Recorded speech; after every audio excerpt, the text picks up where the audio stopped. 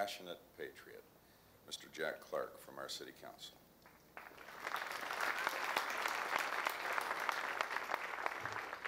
Good morning. Thank you all for coming out this morning. It really is an honor for me to have an opportunity to speak to you. George Washington understood that a secure nation requires a strong military. If we desire to secure peace, it must be known that we are at all times ready for war, George Washington told us. And with that, he called on a child nation to fight for its freedom. The veterans of the Revolutionary War were all heroes. Against insurmountable odds, barefoot and cold, they forged a new nation, a nation that would stand as an example to the world for centuries to come.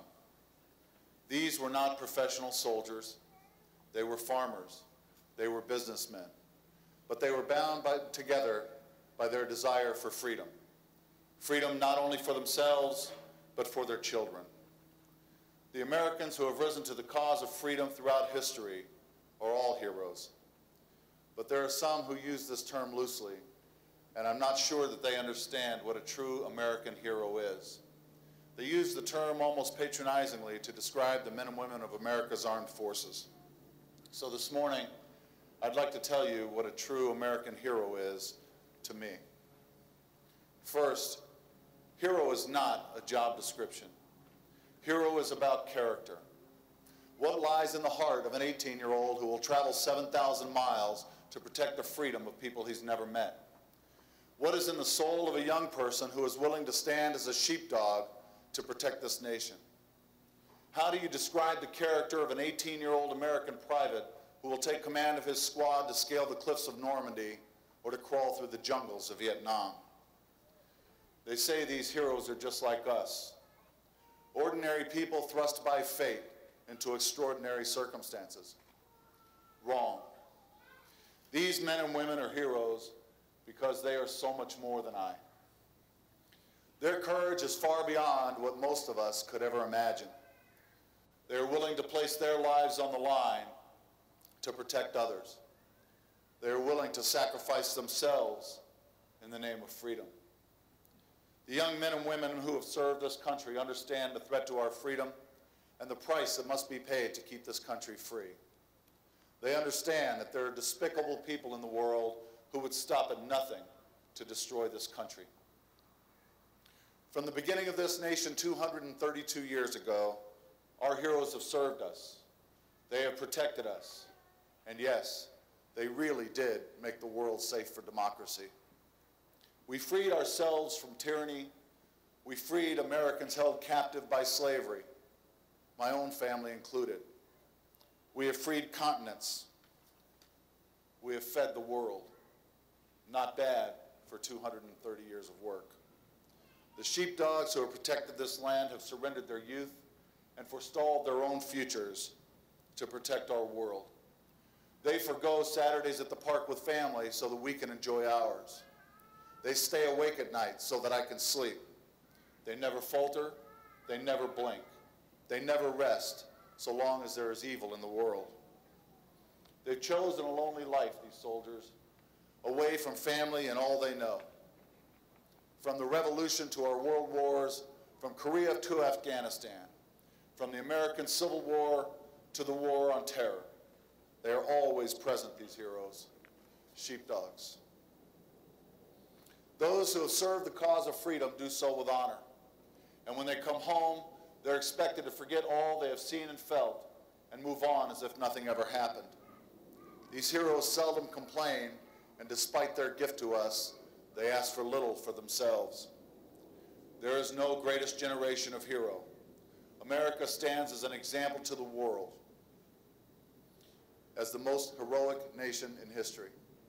If, as Ronald Reagan said, America is a shining city on the hill, then our heroes who have protected this country have kept that eternal light burning.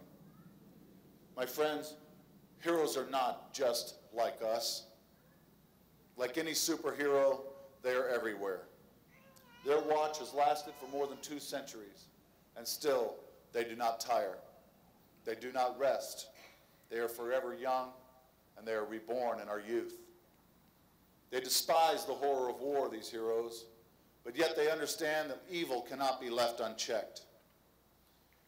You will not remember the words I say today. They are of little note. But as Abraham Lincoln said, we must never forget what they did. The collective heart of our great nation beats in the chest of the heroes who have served her. For them, it is not about their own beliefs. For eons, men have died for their own beliefs. It is not about service. Many serve. It is about duty. It is about honor. It is about country. How can we say thank you to the men and women who have served this country? No words are enough. Any deed seems pale. We can only acknowledge their service. All we are and all we will be is because of these heroes.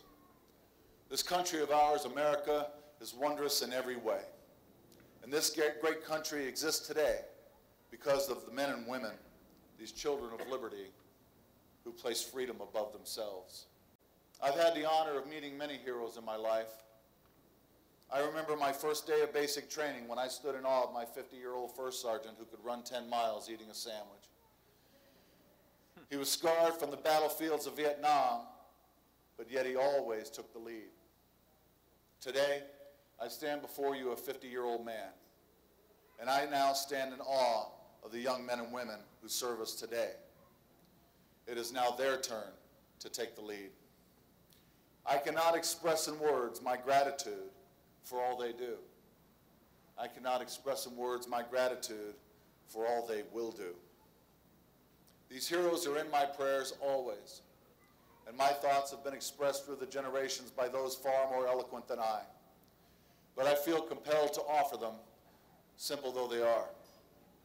I feel compelled to somehow say thank you to the men and women who have served this nation in uniform.